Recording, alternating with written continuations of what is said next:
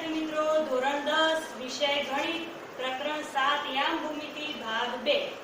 હવે આપણે એમાં જોઈએ ઉદાહરણ 4 કે બિંદુ xy બિંદુઓ 7 1 અને 3 5 થી સમાન અંતરે છે તો x અને y વચ્ચેનો સંબંધ દર્શાવો.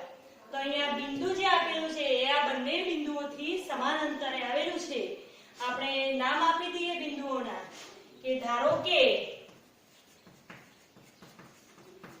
p એના યામ લઈએ xy આપેલા છે કે ધારો કે p xy એ બિંદુઓ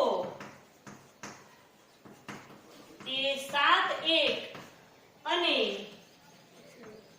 b 3 5 થી સમાન અંતરે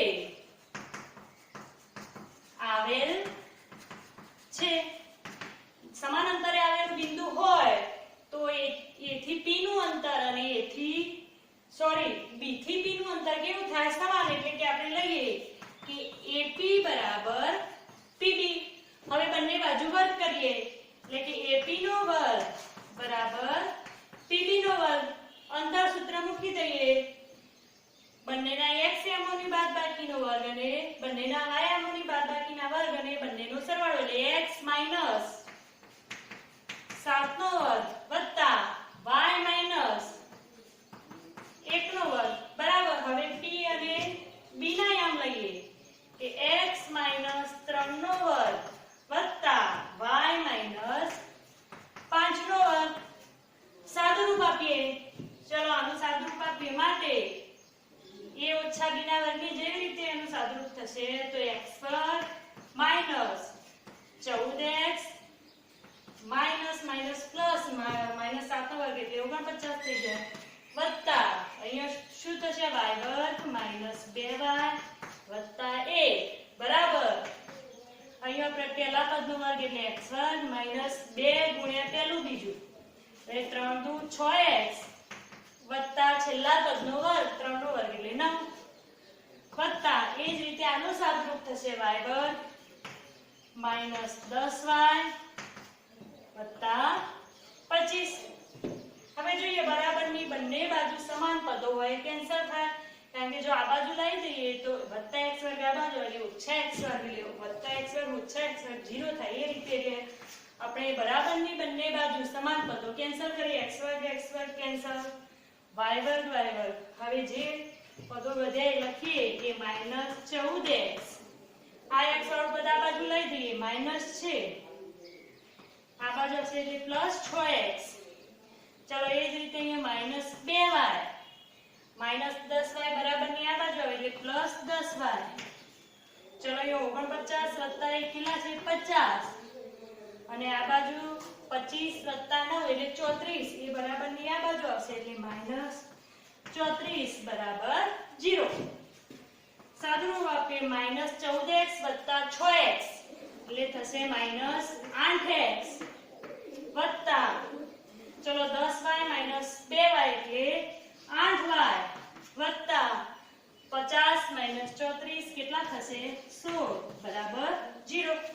હવે આની અંદરથી આપણે માઈનસ 8 કોમન લઈ લઈએ તો માઈનસ 8 કોમન લઈએ તો કેટલા વધશે? x માઈનસ 8 લઈ લીધા એટલે અહીંયા માઈનસ y રહેશે. ચલો વત્તા 16 છે માઈનસ 8 લીધા એટલે માઈનસ 2 રહેશે બરાબર 0. હવે માઈનસ 8 0 ની નીચે જતા એટલે 0 ભાગ્યા માઈનસ 8 એટલે પદ 0 જ થઈ જશે માટે x માઈનસ y માઈનસ 2 બરાબર 0. આમ નામ રહેવા દેવું હોય તો એ ચાલે અને આવું લખી દઈએ કે x માઈનસ y બરાબર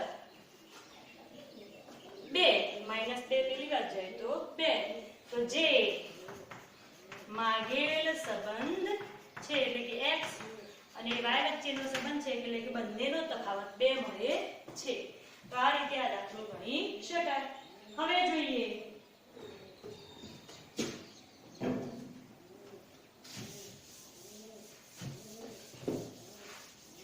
ઉદાહરણ 5.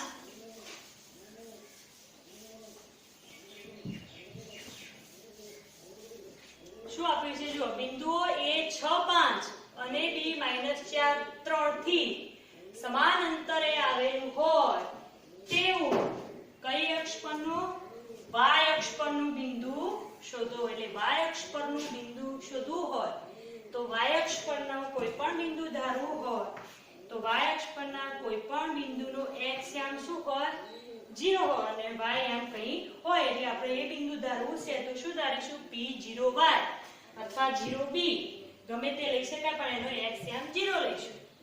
તો લઈ લઈએ ધારો કે p0y એ 6 5 અને b -4 3 થી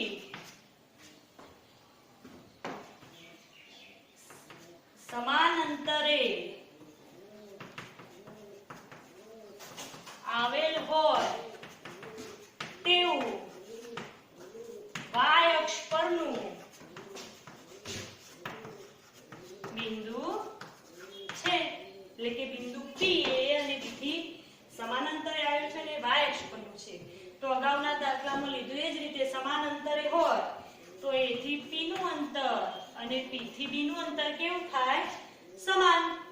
હવે આપણે વર્ગ કરી દઈએ બંને બાજુ વર્ગ કરીએ એટલે P નો વર્ગ બરાબર PB નો વર્ગ. વર્ગ એટલા માટે કરીએ છીએ કે વારંવાર વર્ગમૂળ લખવું પડે નહીં. ચલો અંતર સૂત્ર વાપરીએ.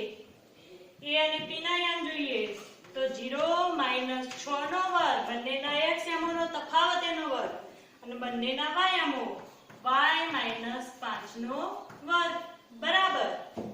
એ જ રીતે P અને B ના યામ લઈએ 0 - -4 એટલે 0 પ્લસ શું થઈ જશે 4 નો વર્ગ વત્તા y -3 નો વર્ગ. ચલો 0 - 6 એટલે -6 - 6 નો વર્ગ 36 વત્તા આનું સાદુરૂપ આપીએ y વર્ગ -10y વત્તા 25 બરાબર 4 નો વર્ગ 16 વત્તા y વર્ગ -6y વત્તા 9. બંને બાજુ સમાન પદ કેન્સલ કરીએ. ચલો 36 વત્તા 25 કેટલા થશે 61. 16 ને 9 25 એટલે 61 - 10y બરાબર 16 નો 25 -6y.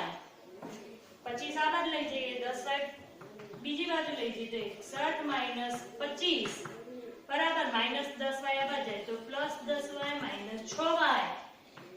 ચલો 61 માંથી 25 બાદ કરીએ કેટલા વધશે 61 - 25 36 બરાબર. અહીંયા હતા જ બંને બાજુ 25 25 કેન્સલ કર્યા હોત તો પણ ચાલો તો 36 બરાબર 10y - 6y એટલે 4y માટે y નો કરતા બનાવીએ y બરાબર આ 4 ક્યાં જશે છેદમાં તે 36 ભાગ્યા 4 માટે y બરાબર 9 એટલે y નું મૂલ્ય આપણને 9 મળ્યું.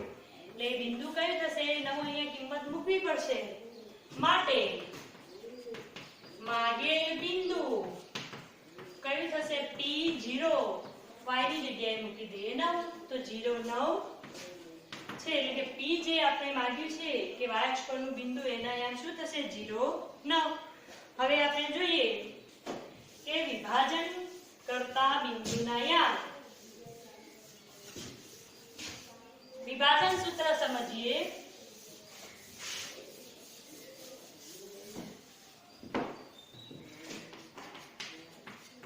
વિભાજન સૂત્ર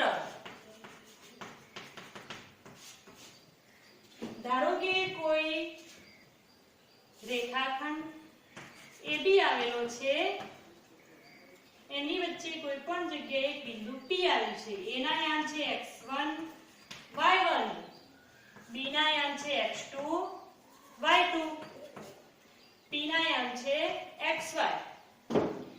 તો P બિંદુ જો અંદરના ભાગમાં આવેલું હોય તો આપણે એવું કહી શકીએ કે આ P બિંદુ એ રેખાખંડ AB ના બે ભાગ કરે છે. કયા બે AP અને PB. તો એવું લખી શકાય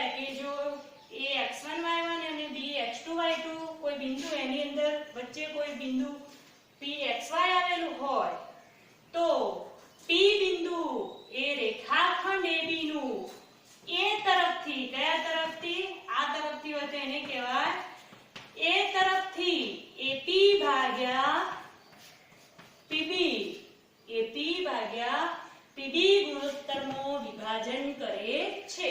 અંદરના ભાગમાં બિંદુ આવેલો હોય તો અંતઃવિભાજન કહેવાય. એ બિંદુ રેખાખંડ AB ની બહારના ભાગમાં આવેલું હોય તો AP ભાગ્યા PB એ જ ગુણોત્તર થાય. પણ એ બહારના ભાગમાં આવેલું છે એટલે એને કહીશું બહિર્વિભાજન. એ દાખલા આપણે 11-12 સાયન્સમાં આવે આપણે અહીંયા અંતઃવિભાજનની જ વાત કરવાની છે એટલે આપણે એટલું વિભાજન કરતું બિંદુ કહીશું તો પણ ચાલશે. અંતઃવિભાજનના જ દાખલા છે અહીંયા. તો આપણે આ વિભાજન કરતા બિંદુના યામ યાદ રાખવા હોય અને તમે યામ સમતલમાં લંબ દોરી એ P અને B માંથી લંબ દોરી ને સૂત્ર તારવી શકો. પરંતુ અહીંયા યાદ રાખવા માટે આપણે લઈ લઈએ કે જે AP ગુણોત્તર છે એને M1 કહીએ, PB ને M2 કહીએ. તો વિભાજન કરતા બિંદુ P ના યામ સૂત્ર યાદ રાખીશું. આનો M1 ગુણોત્તર અને B બિંદુનો x2 એમ લખવાનું કે M1 x2 પ્લસ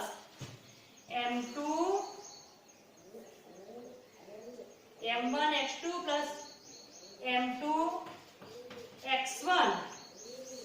પેલો x યામ લખવું હોય તો આ રીતે યાદ રાખીશું M1 x2 plus M2 x1 upon M1 plus M2 અને y આમ લખવો હોય તો M1 y2 plus M2 y1 upon M1 plus M2.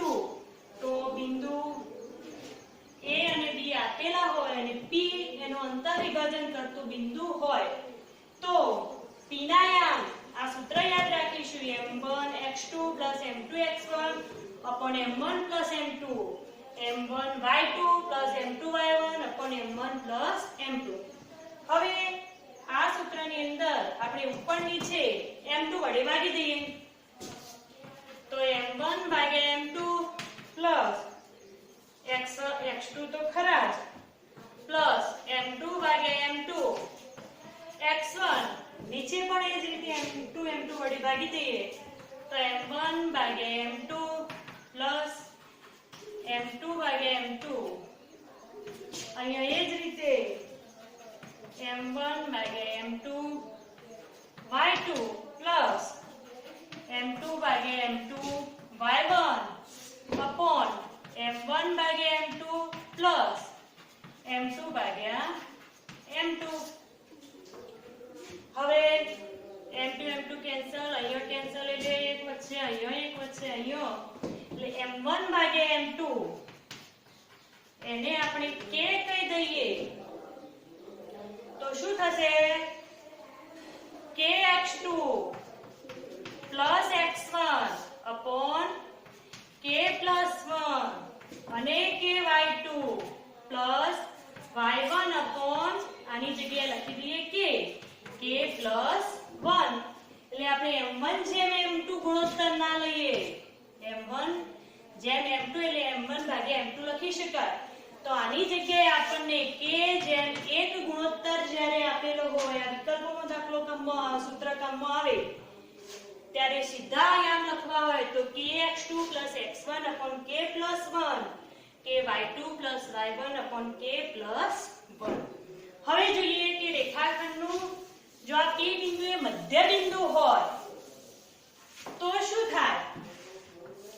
આ જે AB રેખાખંડ લીધો એના યામ x1 y1 અને B ના યામ x2 y2 હોય P બિંદુ એનું મધ્ય બિંદુ હોય તો A થી P અને P થી B કેવું થઈ જશે સમાન.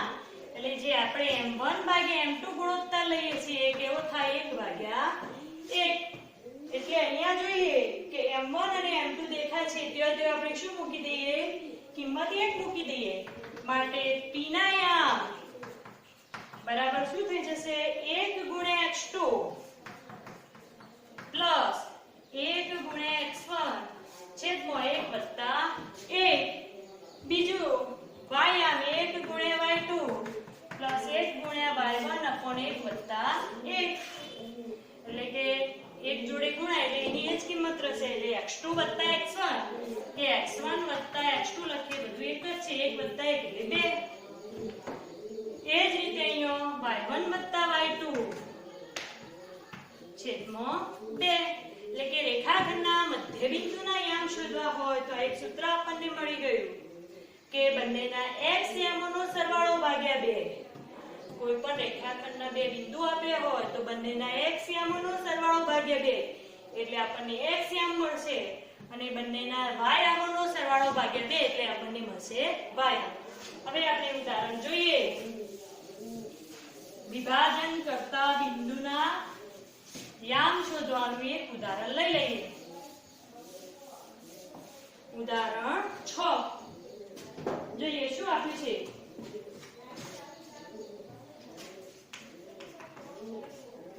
કે બિંદુઓ 4 - 3 અને 8 5 ને જોડતા રેખાખંડનું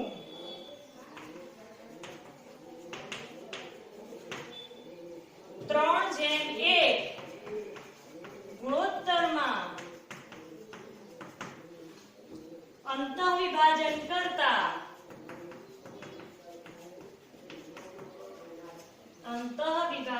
કરતા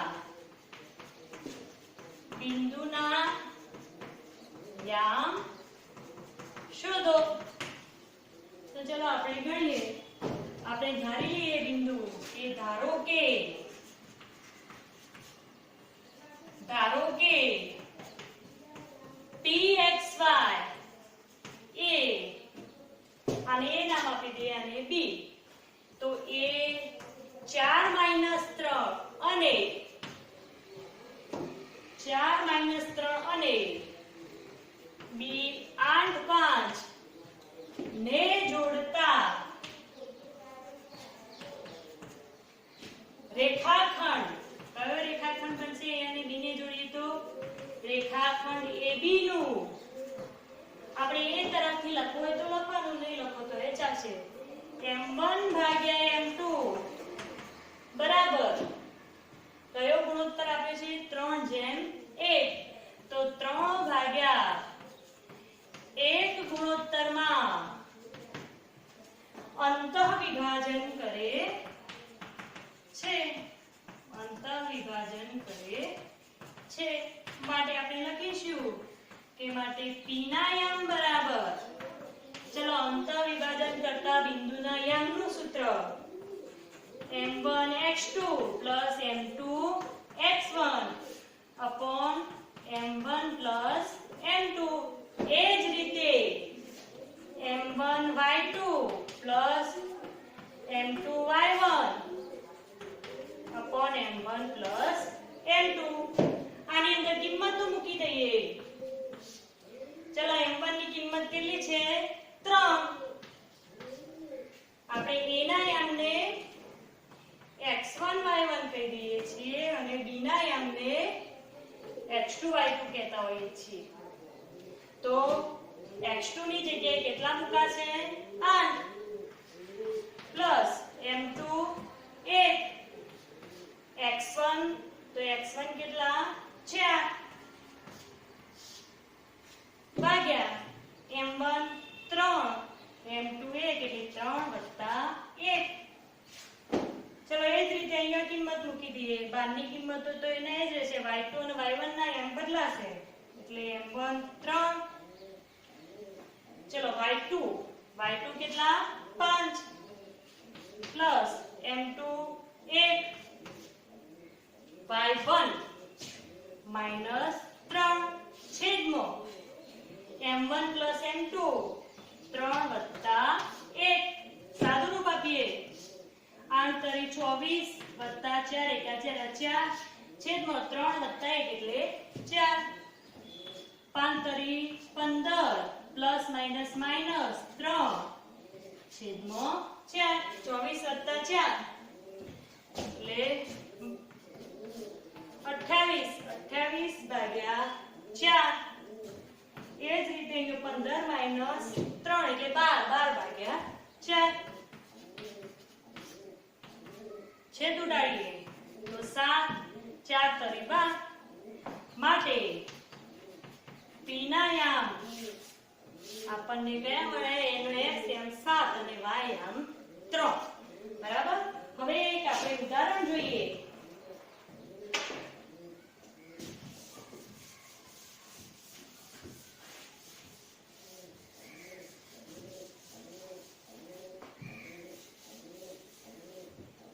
વધારાનો એક દાખલો છે કે જો c -1 2 a 2 5 અને b xy ને જોડતા રેખાખંડનું 3:4 ગુણોત્તરમાં વિભાજન કરે તો x² વત્તા y² ની કિંમત શોધો. અહીંયા x² વત્તા y² એટલે આપણે કે વિભાજન કરતા બિંદુના યામના સૂત્ર પરથી પહેલા x અને y ની કિંમત શોધીશું અને પછી x² વત્તા y² ની કિંમત શોધી દઈશું. તો અહીંયા આપણને બિંદુ આપેલું જ છે તો લઈએ કે બિંદુ c -1 2 a 2 5 અને b xy ને જોડતા રેખાખંડ AB નું m1 ભાગ્યા m2 બરાબર 3/4 ગુણોત્તરમાં વિભાજન કરે છે. માટે આપણે c ના યામ લખી દઈએ કે માટે c ના યામ સૂત્ર શું થશે? m1x2 plus m2 x1 upon m1 plus m2. એ જ રીતે m1y2 plus m2y1 upon m1 plus m2. આની અંદર કિંમતો મૂકી દઈએ. ચલો c ના યામ આપણને આપેલા છે -1 2 બરાબર. આમાં કિંમત મૂકીએ m1 ની જગ્યાએ 3 x2 એટલે અહીંયા આપણને a ના યામ x1 y1 અને b ના યામ આપણે x2 y2 કહેતા હોઈએ છીએ તો x2 ની જગ્યાએ અહીંયા છે x. તો કિંમત મૂકીએ x વત્તા m2 4 x1 2 છેદમાં 3 વત્તા 4. એ જ રીતે અહીંયા 3 ગુણ્યા y2 ની જગ્યાએ છે y. m2 ની કિંમત 4 y1 5 છેદમાં m1 વત્તા m2 એટલે 3 વત્તા 4. સાદું રૂપ આપીએ માટે -1 2 બરાબર 3 ગુણ્યા x એટલે 3x વત્તા 4 દુ 8 ભાગ્યા 7. અહીંયા 3y વત્તા 20 25 ભાગ્યા 7. હવે કોઈ પણ બે બિંદુઓ સરખા હોય તો એના x યામોની સરખામણી થાય અને y યામોની સરખામણી થાય તો x યામ સરખાઈ દઈએ y યામ સરખાઈ દઈએ. તો માટે -1 બરાબર 3x વત્તા 8 ભાગ્યા 7 અને y યામ સરખાઈ દઈએ કે 2 બરાબર કેટલા થશે 3y વત્તા 20 ભાગ્યા 7. સાદું રૂપ આપીએ તો અહીંયા -7 બરાબર 3x વત્તા 8 અહીંયા ચોકડી ગુણાકાર થઈ જાય 7 દુ 14 બરાબર 3y વત્તા 20 માટે શું થશે? અહીંયા -7 8 આ બાજુ લઈએ તો -8 બરાબર 3x. અહીંયા 14 - 20 બરાબર 3y. -7 - 8 એટલે -15 બરાબર 3x. માટે -15 છેદમાં 3 લાવી દઈએ બરાબર x. માટે -5 બરાબર x એટલે કે x બરાબર -5.